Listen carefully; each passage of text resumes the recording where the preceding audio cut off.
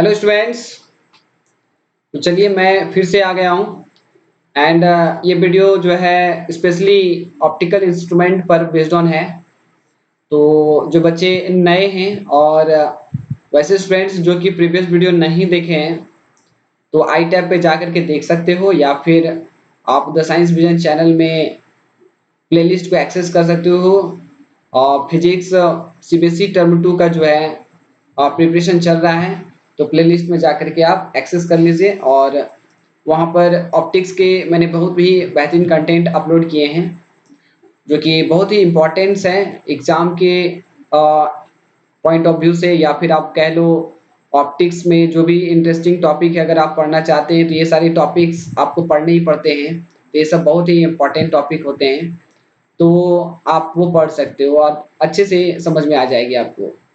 तो hope so आप लोगों का फिजिक्स की जो प्रिपरेशन चल रही होगी वो बहुत ही अच्छी चल रही होगी, दमदार चल रही होगी। तो चलिए स्टूडेंट्स, हम लोग जो है कहाँ तक पहुँच गए थे। और टीआईआर हो चुका था, एसआरएस हो चुका है, एलएमएफ हो चुका है, एक प्रिज्म फार्मूला भी मैंने यहाँ पर ऐड कर दिया था।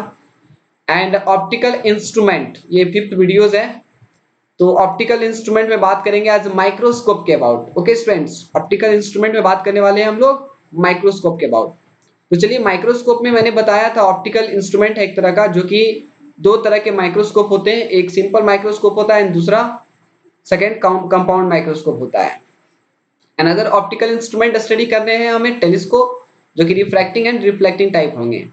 तो इस वीडियो में हम लोग माइक्रोस्कोप के अबाउट डिस्कशन करते हैं। मैं ज़्यादा वीडियो की लेंथ नहीं करूंगा, सिंपल माइक्रोस्कोप की अलग बना दूंगा और कंपाउंड माइक्रोस्कोप की अलग वीडियो बना दूंगा, ताकि आपको जहां जैसा प्रॉब्लम्स हो और टाइम को बिना वेस्ट किए आप लोग एकदम शॉर्ट टाइम में समझ लें चीज़ों को। एंड ये एक नोट्स भी अच्छा होगा स्टेप बाय स्टेप, जो कि आप आराम से एग्जाम में लिख सकते हो, तो कॉपी भी कर सकते हो इसको नोट्स में आप लोग। ओके ना, इसको आप लोग नोट भी कर सकते हो तो ज़्यादा अच्छा होगा। तो चलिए स्टूडेंट्स, स्टार्ट करते हैं ऑप्टिकल इंस्ट्रूमेंट।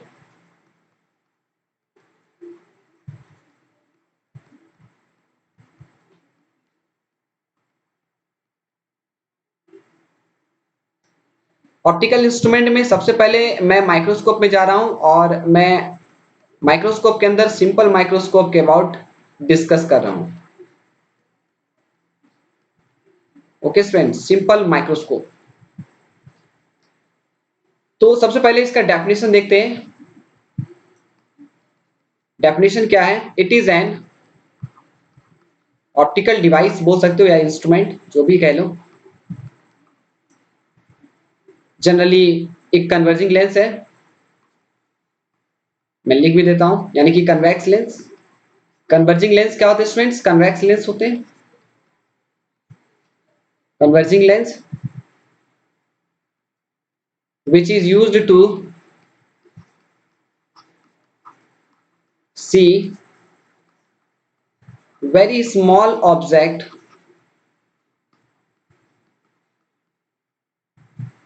as magnified।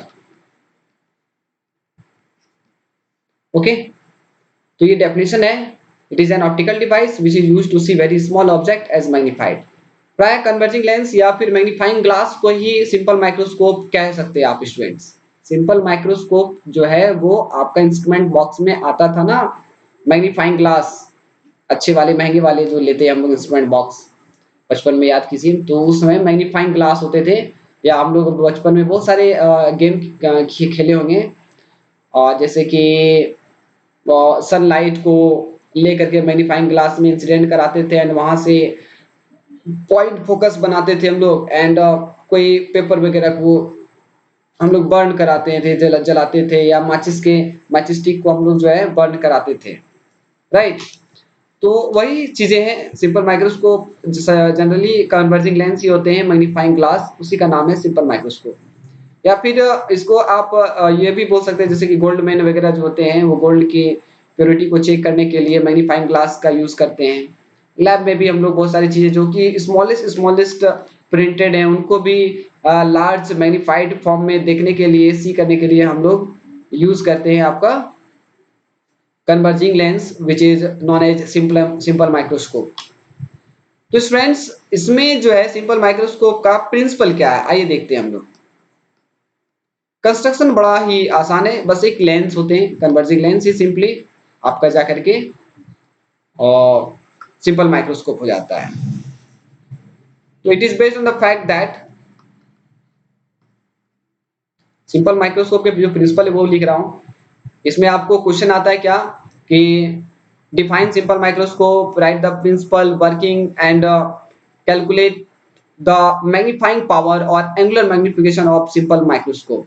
ये क्वेश्चन कुछ आता है या घुमा फिरा के भी दे सकता है। सीबीएसई बोर्ड है तो आपको पता ही है क्वेश्चंस को बहुत लेंदी करके आपके सामने रखा जाता है, एक स्टोरी टाइप का। ये एक पर्सन है यूज कर रहा है कन्वर्जिंग लेंस को, जिसकी वजह से स्मॉलेस्ट ऑब्जेक्ट जो है वो लार्ज उसको अपीयर हो रहे हैं। तो उस जो डिवाइस को यूज कर रहा है उस डिवाइस का principle working and angular magnification क्या होगा उसके लिए डेरिवेशन करें।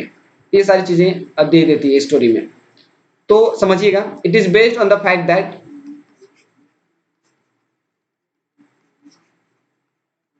When an object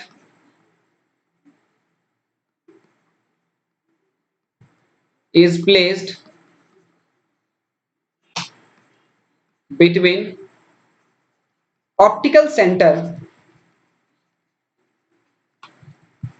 and principal focus, समझ जाना, of a convex lens, then virtual, erect and magnified image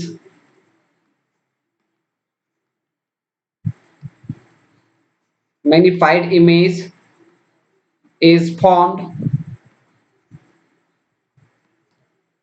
on the object side of the object lens, on the object side of the lens। यानी कि six case आप बोल सकते हैं students. कौन सा केस यूज होता है? Six case. वो सिक्स केस में पढ़े थे ना हम लोग कि एक लेंस है और ये ऑप्टिकल सेंटर हो गया एंड ये फोकस हो गया, यहाँ पर ऑब्जेक्ट को रखेंगे, ये भी प्रिंसिपल फोकस होता है। तो ये लाइट ऐसे पास करेगा और ये भी पास करेगा, तो ये नहीं मिलेंगे, इसको डॉट डॉट डॉट पीछे करोगे, इसको भी पीछे करोगे तो किसी पॉइंट पर मिलेगा और जिधर ऑब्जेक्ट है उसी साइड इमेज का फॉर्मेशन कर देगा। आप लोग पढ़े होंगे कन्वेक्स लेंस में 6 केसेस होते हैं स्टूडेंट्स, राइट। मैं फिलहाल मिटा देता हूँ, इसको अच्छे से हम लोग डील करेंगे। तो वही कह रहा है, it is based on the fact that when an object is placed between optical centre and principal focus of an object of a convex lens, then virtual and direct image is formed on the object side of the lens। तो चलिए, ये आपका principal हो गया। Construction देख लेते हैं इसका।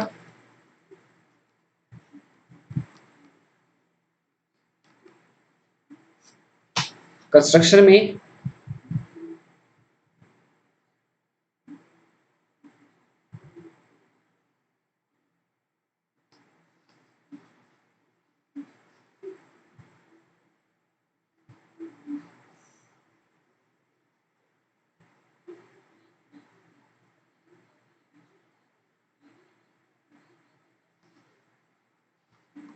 ये प्रिंसिपल एक्सिस मैंने ले लिया और ये आपका जो है ऑप्टिकल सेंटर बनेगा, कन्वेक्स लेंस है, इधर फोकस है एफ और इधर प्रिंसिपल फोकस है। एफ आपको पता है इक्वल डिस्टेंस पर होते हैं, इस लेंथ को हम लोग क्या कहते हैं स्टूडेंट्स? Focal length F. अब एक ऑब्जेक्ट को यहां पे रख दिया गया है, ए बी ऑब्जेक्ट को, ठीक है। अब यहां से एक रे ऑफ लाइट पैरेलल गया और कहां से पास होता है स्टूडेंट्स? तो ये फोकस से क्रॉस करता है,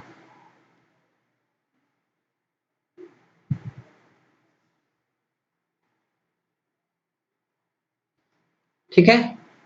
एंड एक another ray of light direct optical centre से, ये रे डायग्राम यूज कर रहे हैं हम लोग।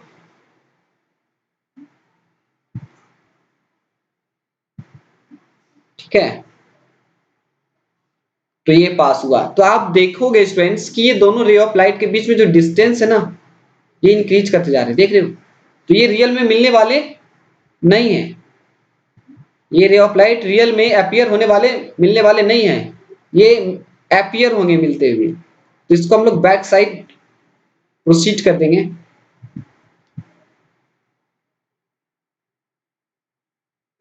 इस तरह से, और इसको भी सेकेंड रे ऑफ लाइट, आपको पता है इमेज फॉर्मेशन आप लोगों को पता ही होगा कि एक पैरेलल रे ऑफ लाइट ले जाओ एंड दूसरा ऑप्टिकल सेंटर से ले जाओ, तो ये किसी पॉइंट पर मिलते हुए हमें अपीयर होंगे, राइट।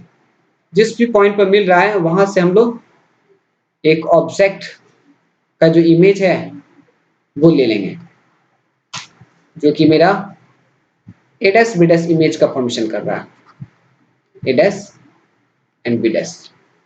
तो यही है, देखो छोटा सा ऑब्जेक्ट, यानी कि इधर अगर आंख लगा करके देख रहे हैं, इधर हम लोग आई रख लेते हैं,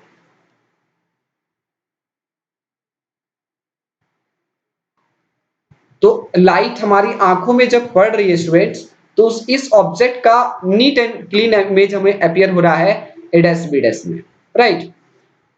तो अब जो है कहता है, आइए हम लोग इसका एंगुलर मैग्निफिकेशन करेंगे। कंस्ट्रक्शन में बस कंस्ट्रक्शन बना देना, आपको लिखने की कोई परेशानी नहीं है।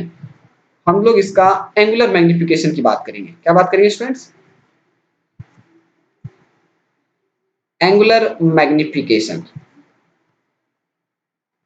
ये फाइंड करेंगे। और तो और इसे मैग्नीफाइंग पावर भी कहा जाता है। क्या कहते हैं? मैग्नीफाइंग पावर, एक ही बात है। तो चलिए कैलकुलेट करते हैं। सबसे पहले तो एंगुलर मैग्निफिकेशन का डेफिनेशन क्या है देख लीजिए।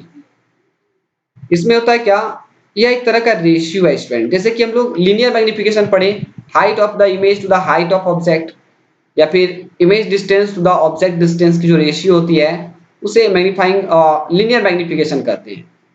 तो जस्ट लाइक सेम उसी तरह से यहाँ एक रेशियो है मैग्नीफाइंग पावर, लेकिन माइक्रोस्कोप का है। हालांकि कन्वेक्स लेंस होंगे, क्योंकि सिंपल माइक्रोस्कोप है, और सिंपल माइक्रोस्कोप एक कन्वेक्स लेंस ही तो होते हैं। तो कन्वेक्स लेंस का जो लीनियर मैग्निफिकेशन होता है और सिंपल माइक्रोस्कोप का जो मैग्नीफाइंग पावर या एंगुलर मैग्निफिकेशन होगा, वो दोनों एक ही होने वाले हैं। ग्रुपिंग में आपको पता चलेगा कि ये दोनों सेम ही है, कोई अलग नहीं है, बस तरीका अलग है, टेक्निक अलग है, डेफिनेशन के अकॉर्डिंगली। तो the ratio of angle subtended by the image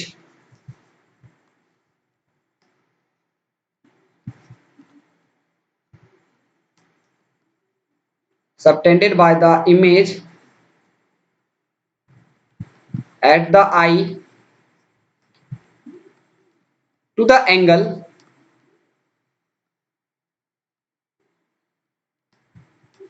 subtended by the object at the eye when both are placed at the least distance of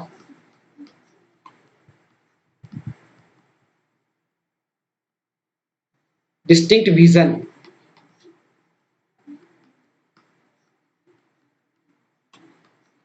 is called angular magnification या magnifying power, या simply MP लिख देते हैं हम। Magnifying power को क्या लिखा जाता है students? MP, it's called MP. Okay, magnifying power. यानी देखिए क्या कह रहा है कि हाइट, ये जो image of the height of the image है, ये जो एंगल बना रहा है यहाँ पर ओ पर, ऑप्टिकल सेंटर पर, आई पर बात कर रहा है। आई मतलब ऑप्टिकल सेंटर पर से ही हम लोग देखते हैं सिंपल माइक्रोस्कोप एकदम सटा करके। तो ऐसे में ओ पर जो एंगल का सब टेंडेड होगा वही एंगल आई पर माना जाता है, तो उसे कह दिया गया बीटा। ये जो एंगल बना रहा है इमेज, उसको क्या कहते हैं हम लोग? बीटा से नोट करते हैं। और ऑब्जेक्ट जो एंगल बना रहा है ओ पर, वो भी कहां से स्टूडेंट्स, उस ही जगह से जहां से, उस प्लेस से ही जहां पर इमेज का फॉर्मेशन हुआ है। तो ऐसे में चूंकि रेशियो या कंपैरिजन जब भी फाइंड किए जाते हैं तो हम लोग एक ही जगह से, एक ही प्लेस से फाइंड करते हैं, राइट, एक ही प्लेस से, तब कंपैरिजन सही होता है। ठीक है, कंपैरिजन उन्हीं के बीच में होता है जिनके बिटवीन रिलेशन होता है कुछ। तो हम क्या किए, ए बी के हाइट के पैरेलल एक ऑब्जेक्ट यहां पर ले लिए जिसको हम लोग पी बी डैश कह सकते हैं, और यहां से एक रे ऑफ लाइट को या फिर एक एंगल को सबटेंडेड करवा दे रहे हैं हम लोग ओ पे। ठीक है, ओ पे जो कि आंखों में जा रही है। तो ये जो एंगल ऑब्जेक्ट बी डैश से जो एंगल बना रहा है ओ पे, उसका डिनोशन दिया मैंने अल्फा। ए डैश बी डैश से जो एंगल बन रहा है उसको मैंने दिया बीटा। और ये हमारा ऑब्जेक्ट डिस्टेंस है माइनस में, एंड ये हमारा भी है जो कि माइनस डी होगा। तो मैग्निफिकेशन दो तरह से होते हैं, आइए बतलाते हैं। तो ये आपका मैग्नीफाइंग पावर हो गया स्टूडेंट्स। मैग्नीफाइंग पावर का डेफिनेशन कि ये जो रेशियो है angle subtended by the image, यानी कि ए डैश बी डैश जो एंगल का फॉर्मेशन कर रहा है ओ पॉइंट पर, और पी बी डैश जो एंगल सबटेंड कर रहा है अल्फा ओ पॉइंट पर, ये बीटा बाय अल्फा को ही एंगुलर मैग्निफिकेशन कहा जाता है। और एंगुलर मैग्निफिकेशन को हम लोग डिनोट करते हैं स्टूडेंट्स एमपी से, और एमपी इज इक्वल टू हो जाएगा बीटा अपॉन अल्फा। ये हो जाएगा आपको मैग्नीफाइंग पावर का फॉर्मूला, बपोती फॉर्मूला, ये बाप दादा से मिला। दैट मींस डेफिनेशन वाला फॉर्मूला को बाप दादा वाला फॉर्मूला कहते हैं। तो स्टूडेंट्स यहां से चलिए हम लोग बीटा कैलकुलेट करते हैं। चूंकि एंगल बहुत ही स्मॉल है तो आराम से हम लोग फाइंड कर सकते हैं। तो हियर फ्रॉम फिगर हम लोग बोल सकते हैं बीटा जो है 10 बीटा ले लेते हैं, equivalence to beta because angle is very small. And क्या हो जाएगा students, beta is equal to perpendicular, ये परपेंडिकुलर, एंड अपॉन बेस यानी o B dash, a dash B dash upon o dash o B dash, sorry. तो लिख लेंगे हम लोग यहां पर a dash B dash and base क्या है हमारा o B dash. And 10 alpha की वैल्यू क्या हो जाएगी स्टूडेंट्स, तो 10 अल्फा इक्विवेलेंस टू हो जाएगा alpha, because angle is very small, लिख भी देता हूं मैं, क्योंकि उतने बड़े बड़े ऑब्जेक्ट होते नहीं है और ना ही इमेज बनते हैं। ठीक है, ये वेरी स्मॉल है, angle is very small, not small, very small. और अल्फा का इमेज क्या हो जाएगा, अल्फा का वैल्यू, तो परपेंडिकुलर क्या इस बार पी बी डैश है ना, पी बी डैश और बाय में ओ बी डैश। तो हम लोग लिख सकते हैं P B dash upon O B dash. Angle is very small, इसलिए 10 अल्फा का वैल्यू अल्फा हो जाता है, बिकॉज 10 गायब हो जाएगा। 10 अगर वेरी स्मॉल एंगल है तो वो एंगल के इक्विवेलेंस ही होते हैं। ये वैल्यू सारा हम लोग पुट कर देंगे ये इक्वेशन 1 में। तो देयरफॉर फ्रॉम 1, एकदम स्टेप बाय स्टेप समझो, एकदम अकबकाने की जरूरत नहीं है। वैसा लगता है कि ये सब आ रहा है तो आप स्किप कर सकते हैं, कोई प्रॉब्लम नहीं है। एकदम मैं एकदम आप लोगों के लिए ही बताइए बना रहा हूँ, मेरा वीडियो जो बन रहा है।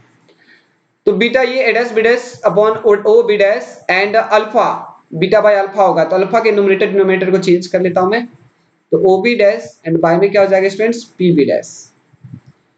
एंड आप देखोगे कि ओ बी डैश कैंसिल हो गया, और यहां से magnifying power is equal to क्या हो जाएगा, a dash B dash upon p B dash. Since student हम लोगों को पता है,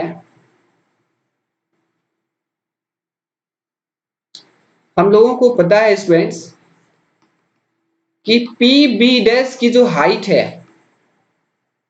देखो यहाँ पे, देखो ना, ये ना पैरेलल लेकर लेकर के हाइट बनाए है ना, ए बी के पैरेलल ना पी बी डैश लिए सेम हाइट का, तब ना एंगल हम लोग निकालेंगे ये वाला।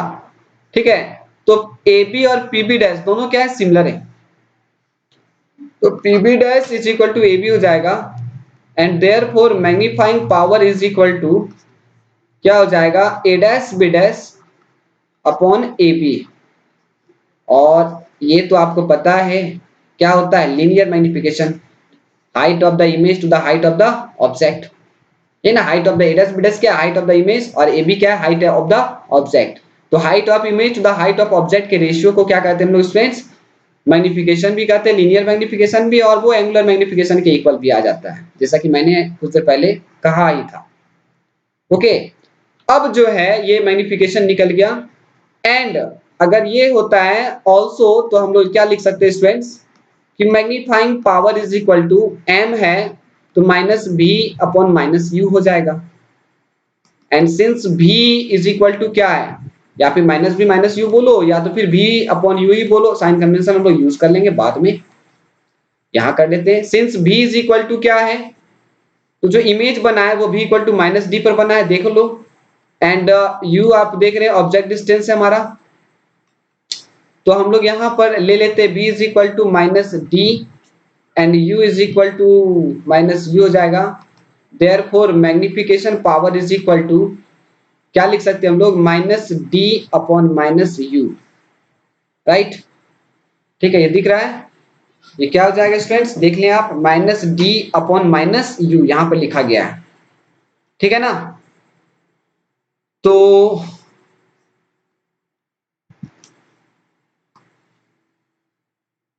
मैग्नीफाइंग पावर माइनस और माइनस कैंसिल हो जाएगा, तो डी अपॉन यू हो जाएगा। तो ये आपको इक्वेशन 2 आ गया, अभी तक तो लिए नहीं है, नहीं लिए, तो इसे हम लोग इक्वेशन 2 कह लेते हैं ना। यहां से बात आ रही है फॉर डिस्टिंक्ट विजन, दो तरह के क्वेश्चंस एग्जाम में आएंगे, एक for normal vision and second for distinct vision. तो फॉर डिस्टिंक्ट विजन मतलब क्या, स्पष्ट देखने की सबसे नियरेस्ट पॉइंट पर, यानी कि एकदम नीट एंड क्लीन देखने के लिए डिस्टिंक्ट विजन के लिए कहाँ होना चाहिए, तो इमेज बनना चाहिए आपका नियर बाय डिस्टेंस पॉइंट पर बनना चाहिए, दैट मींस डी पॉइंट पर बनना चाहिए। तो हम लोग अगेन लेंस फॉर्मूला यूज करेंगे और इसको फोकल लेंथ के टर्म में, चूंकि कन्वेक्स लेंस और कन्वर्जिंग लेंस का आपको ऑब्जेक्ट डिस्टेंस पता नहीं होगा चूंकि कितना डिस्टेंस पर रख रहे हैं, लेकिन एक चीज पता होगा, जब हम लोग सिंपल माइक्रोस्कोप यूज कर रहे होंगे, जो माइक्रोस्कोप आप यूज कर रहे हैं कंपाउंड सिंपल माइक्रोस्कोप जो कि कन्वर्जिंग लेंस है, उसका फोकल लेंथ आपको पता होगा, तो फोकल लेंथ के टर्म में ही आप लोग कैलकुलेट कर सकते हैं मैग्नीफाइंग पावर को। तो चलिए कन्वर्ट करते हैं using lens formula, using lens formula F में कन्वर्ट कर रहे हैं और कुछ नहीं, 1 by B minus 1 by you is equal to 1 by F. And sign convention use कर लेते हैं हम लोग, यूजिंग साइन कन्वेंशन,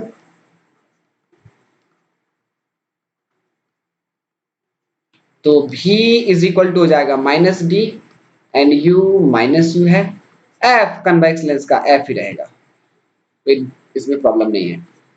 तो ये 1 माइनस डी हो गया एंड ये माइनस माइनस 1 बाई यू हो गया, देयरफॉर कह सकते हो आप, एंड ये 1 बाई एफ ही रहा। And 1 by you is equal to क्या हो गया स्टूडेंट्स, 1 बाई में डी प्लस 1 बाई में एफ, ये लेफ्ट साइड चला गया।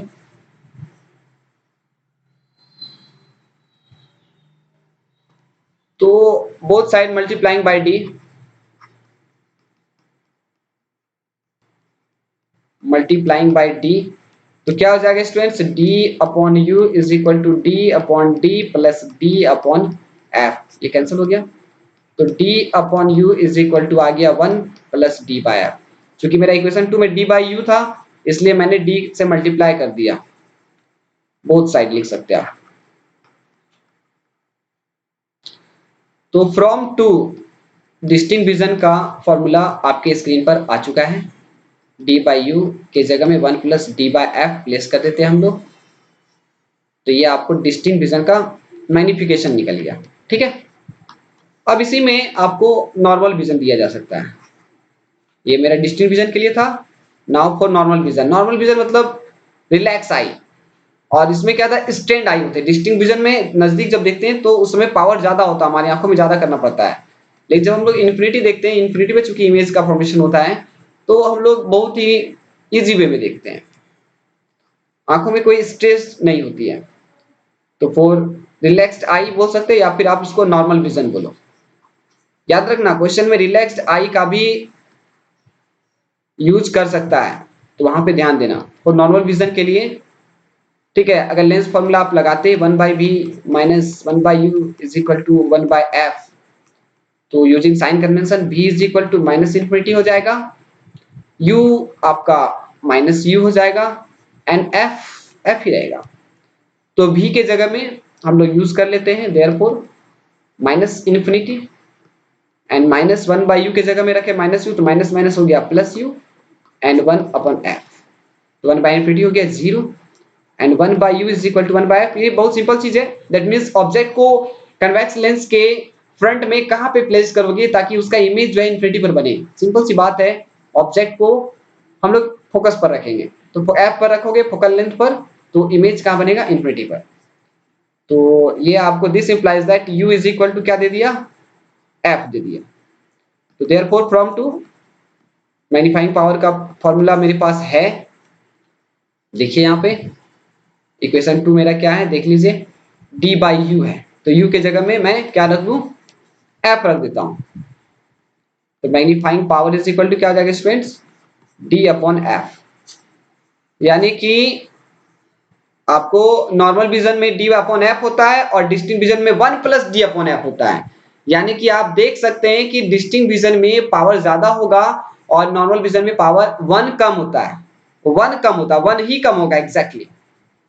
ठीक है, तो चीजें समझ में आ गई फॉर नॉर्मल विजन के लिए और डिस्टिंक्ट विजन के लिए। इसका डायग्राम अगर आप देखना चाहो तो देख सकते हो, कोई प्रॉब्लम्स नहीं है इसमें, एक जैसा ही है।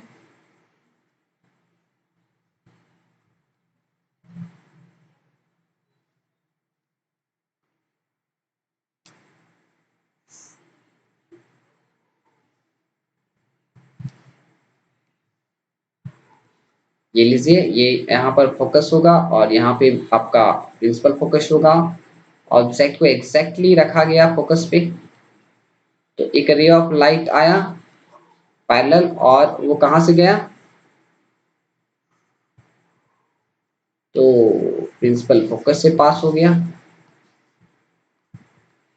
And second ray of light जो है वो ऑप्टिकल सेंटर से पास होगा।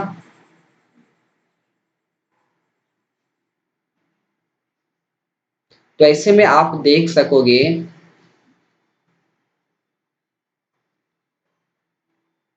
कि हमारी आंखों में जो लाइट आ रही है ऑब्जेक्ट से वो पैरेलल आ रही है, और पैरेलल आ रही है तो ऐसे में रे ऑफ लाइट को बैक साइड अगर प्रोसीड करते हैं हम लोग ऐसे ऐसे, तो ये पैरेलल ही जा रही है। दैट मीन्स इमेज कहां पे बनेगा स्टूडेंट्स, तो v इक्वल टू इन्फिनिटी पर बनेगा और u क्या है मेरा, u is equal to f है माइनस f। ठीक है, तो यहां लिख देता हूं मैं, u is equal to minus f है।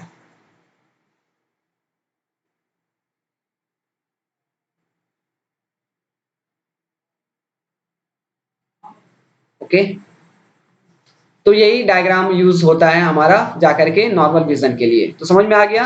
इसमें अगर न्यूमेरिकल देता है आपको डिस्टिंक्ट, ये जो डी है डिस्टिंक्ट विजन का, वो -25 सेंटीमीटर आपको लेना है ऑलवेज। ये क्वेश्चन में दे चाहे नहीं दे, आपको डी इक्वल टू फिक्स होता है -25 सेंटीमीटर, जो कि हम इंसानों का नॉर्मल विजन का जो डिस्टिंक्ट विजन है दैट मीन्स नियरेस्ट पॉइंट जिसको हम लोग बोलते हैं नियर बाय पॉइंट, वो 25 सेंटीमीटर है। क्लास 10 में भी आप लोग पढ़े होंगे। और जो फार पॉइंट होता है और नॉर्मल आई का वो होता है इन्फिनिटी, यानी हम लोग इन्फिनिटी तक देख सकते हैं एंड 25 सेंटीमीटर सबसे नियरेस्ट है।